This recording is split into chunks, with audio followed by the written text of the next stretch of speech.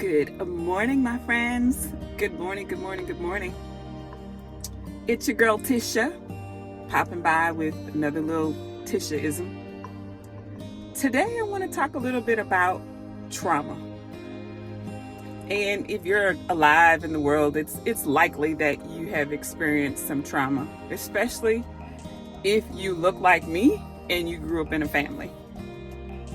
But here's what I noticed, that in a lot of families, there are acceptable ways to deal with trauma, and there are unacceptable ways, depending on your family.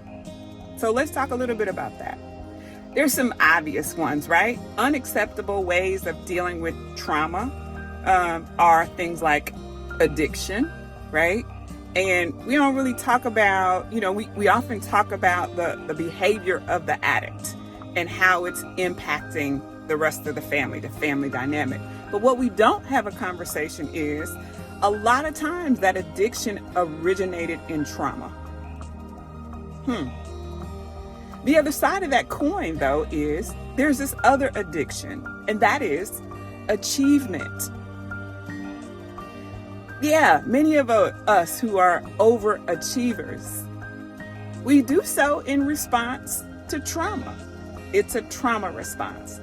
And so oftentimes families celebrate what's acceptable on the outside. We don't really deal with what caused the trauma response to begin with. So here's what I would encourage you to do. Take a look and see how much of your behavior is in response to unresolved trauma. And I also want you to be kind to those family members who may also be engaging in a trauma response that's not so acceptable to the family. So not only are they dealing with the trauma, but they're also dealing with the guilt and the shame that families often put on those folks because people don't want to admit that trauma actually happened. That's my Tisha-ism for the day. Trauma.